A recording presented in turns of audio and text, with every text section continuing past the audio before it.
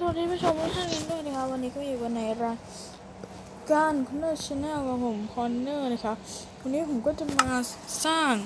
แมปกระโดดสุดหันษาต่อนะ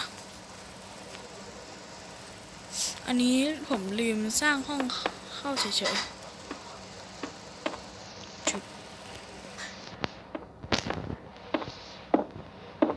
ุบอันนี้ห้องจะเป็น3x31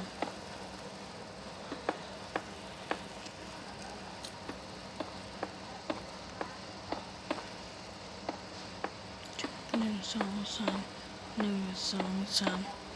1 2 3 1 2 3 1 2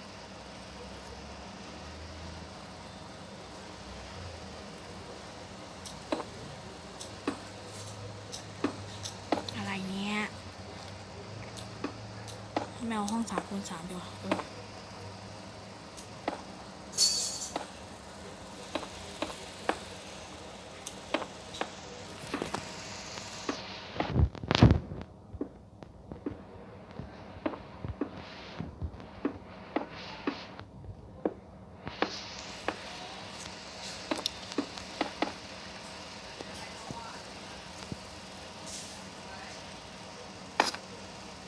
โอเคสวัสดียินดีต้อนรับสู่แมป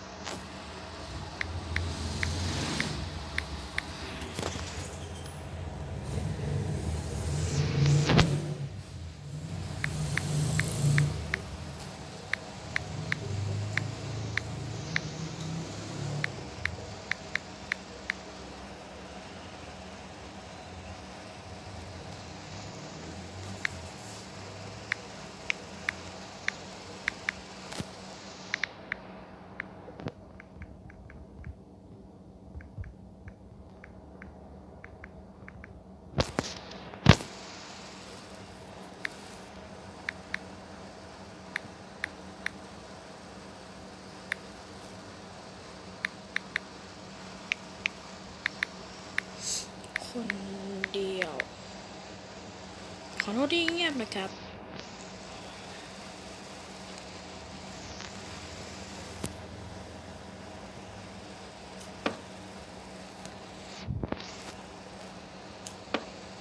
ตั้งป้ายให้ตรง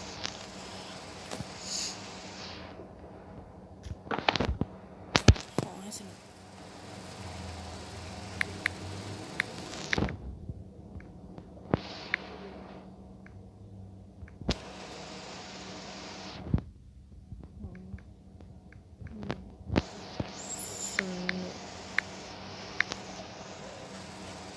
โอเคแล้วนี่ก็จะเป็นประตู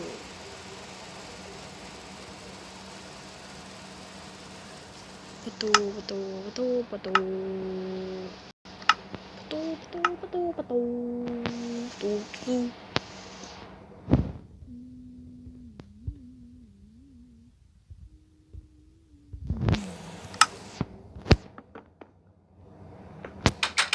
อ้สวยดีนะทุกคนประตูอ่ะโอเคเสร็จแล้วเวรกรรม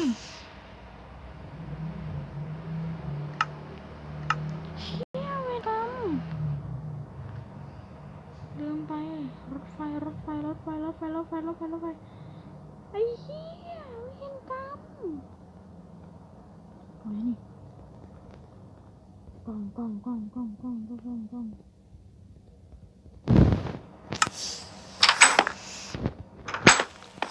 ปแล้วแหม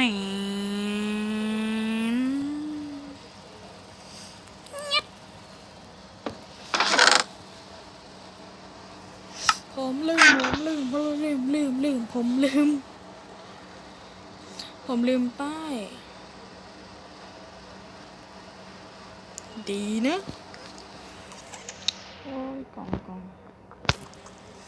ไปไซโอเคไซ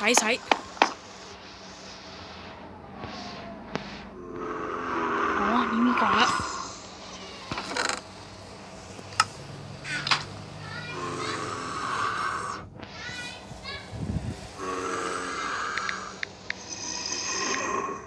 ด่าน4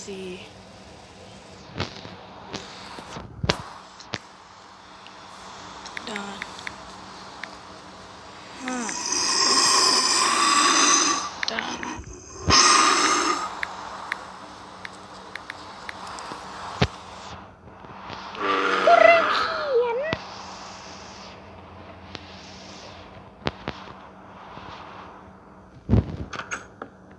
เอาเวนไม่เป็นไร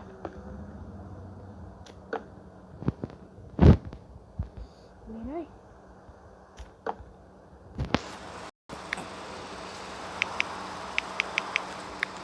เนี่ยนี้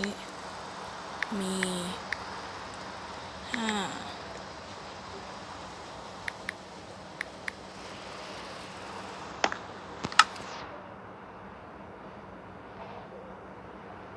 โอเคที่เหลือใส่ประตูก็เรียบร้อยถ้าใส่ประตูจะเป็นการจบแมปปุ๊บเรียบร้อยเป็นการจบแมปสิ้นเชิงและยังไม่จบคอมมานด์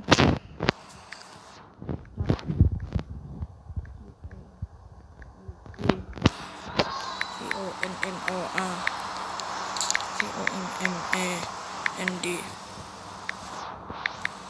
VLOCK 1 บล็อกนะครับปั๊บ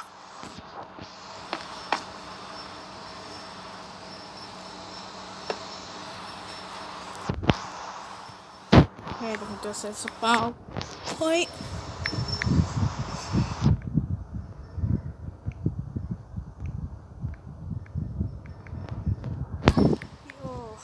INT ถ้าจะสร้างแบบนะครับถ้าจะเขียนเซตสปอนพอยต์ก็เขียนอย่างนี้นะ SPAWNPOINT แล้วก็ @A นะครับ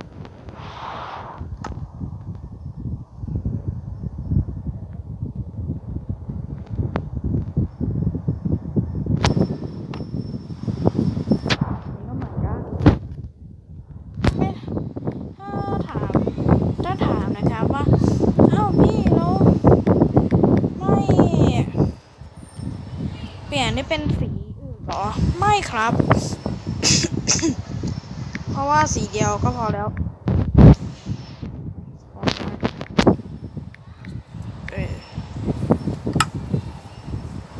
ถ้าสีอื่นจะใช้กับคอมมานด์ค่านะครับ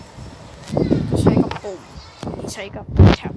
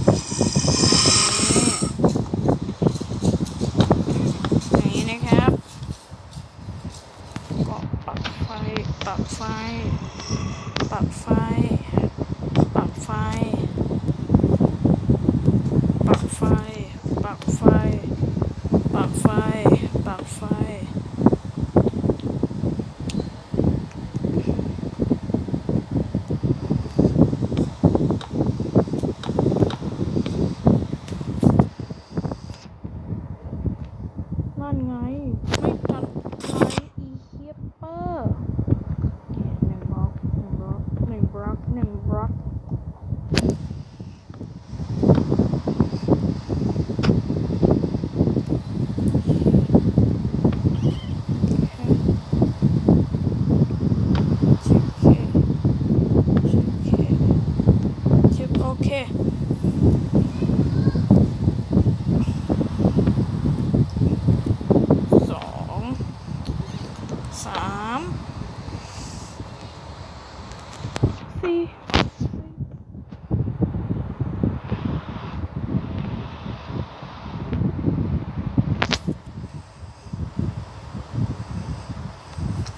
นี่เราจะใส่กัน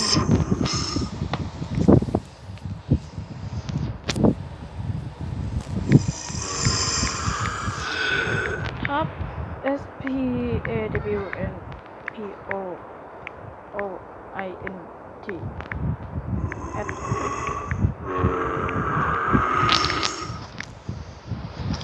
T at A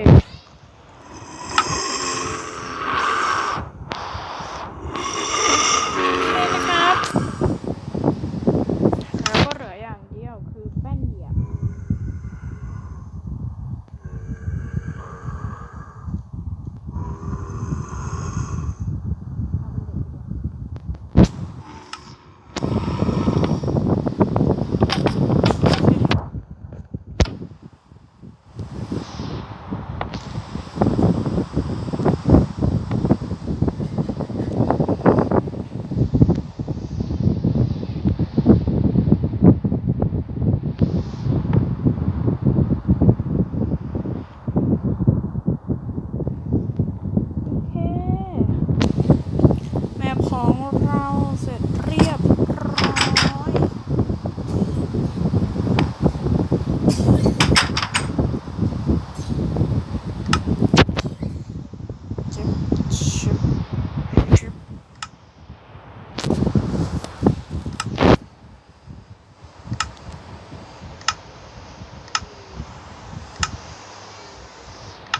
แค่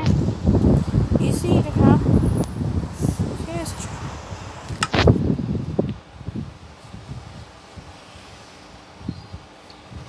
ก็สำหรับคลิปนี้ก็ต้องขอตัวลาไปก่อนหวังว่าคงจะตัดคลิปนานเลยเพราะว่าตัด2 ครั้งตัด2 คลิปรวดเลยเมื่อกี้ก็เพิ่งอัดตอนนี้มาอัดอีกแล้วโอเคก็สำหรับคลิปนี้ก็ต้องขอตัวลาไปก่อน